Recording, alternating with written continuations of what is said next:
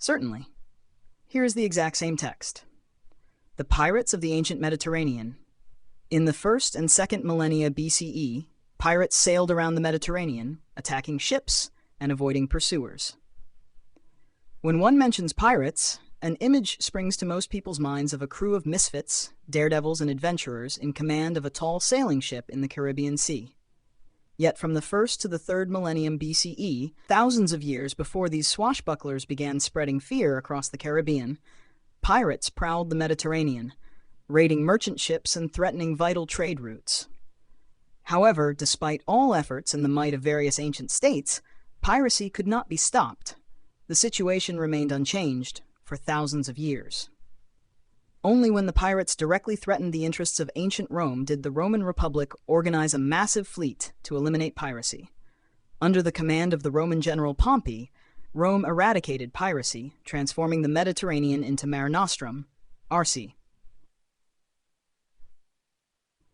Although piracy in the Mediterranean is first recorded in ancient Egypt during the reign of Pharaoh Amenhotep III, c. 1390 to 1353 BCE, it is reasonable to assume it predated this powerful civilization. This is partly due to the great importance the Mediterranean held at this time, and partly due to its geography. While the Mediterranean region is predominantly fertile, some parts are rugged and hilly, even mountainous. In the ancient times, the inhabitants of these areas relied heavily on marine resources, including fish and salt. Most had their own boats, possessed good seafaring skills, and unsurpassed knowledge of the local coastline and sailing routes. Thus, it is not surprising that during hardships, these men turned to piracy. Geography itself further benefited the pirates, with the numerous coves along the coast providing places for them to hide their boats and strike undetected. Before the invention of ocean-going caravels in the 15th century, ships could not easily cross long distances over open water. Thus, in the ancient world, most were restricted to a few well-known navigable routes that followed the coastline. Caught in a trap, a slow merchant ship laden with goods had no other option but to surrender. In addition, knowledge of the local area helped the pirates to avoid retaliation once a state fleet arrived.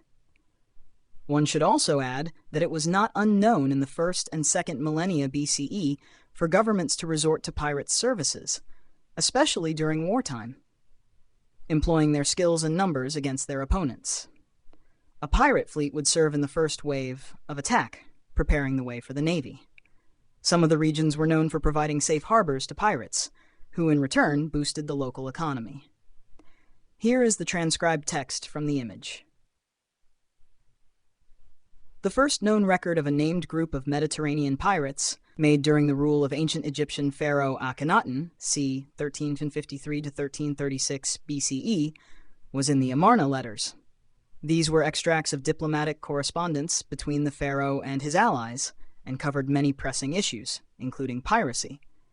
It seems the pharaoh was troubled by two distinct pirate groups, the Luca and the Shurden. Despite the Egyptian fleet's best efforts, the pirates continued to cause substantial disruption to regional commerce. In the letters, the king of Al-Ashia, modern Cyprus, rejected Akhenaten's claims of a connection with the Luca, based in modern-day Turkey. The king assured Akhenaten he was prepared to punish any of his subjects involved in piracy. The ancient Greek world's experience of piracy was different from that of Egyptian rulers. While Egypt's power was land-based, the ancient Greeks relied on the Mediterranean in almost all aspects of life, from trade to warfare. Interestingly, in his works The Iliad and the Odyssey, the ancient Greek writer Homer not only condones, but praises the lifestyle and actions of pirates. The opinion remained unchanged in the following centuries. The ancient Greek historian Thucydides, for instance, glorified pirates' daring attacks on ships or even cities. For Greeks, piracy was a part of everyday life. Even high-ranking members of the state were not beyond engaging in such activities.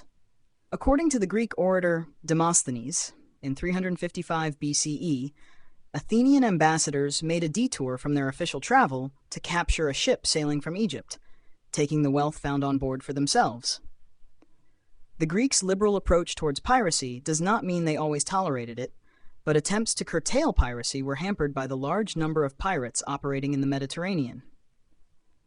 The rising power of ancient Rome required the Roman Republic to deal with piracy in the Mediterranean. While piracy was a serious issue for the Republic, Rome profited greatly from its existence. Pirate raids provided a steady source of slaves, essential for Rome's agriculture and mining industries. But this arrangement could work only while the pirates left Roman interests alone. Pirate attacks on grain ships, which were essential to Roman citizens, led to angry voices in the Senate, demanding punishment of the culprits. Rome, however, did nothing, further encouraging piracy. By the 1st century BCE, emboldened pirates kidnapped prominent Roman dignitaries, asking for a large ransom to be paid. Their most famous hostage was none other than Julius Caesar, captured in 75 BCE. By now, Rome was well aware that pirates had outlived their usefulness. The time had come for concerted action. In 67 BCE, a new law granted Pompey vast funds to combat the Mediterranean menace.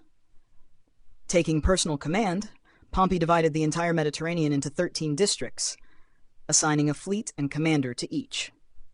After cleansing one district of pirates, the fleet would join another in the next district. The process continued until the entire Mediterranean was free of pirates. Although thousands of pirates died at the hands of Pompey's troops, as a long-term solution to the problem, many more were offered land in fertile areas located far from the sea. Instead of a maritime menace, Rome got productive farmers that further boosted its economy.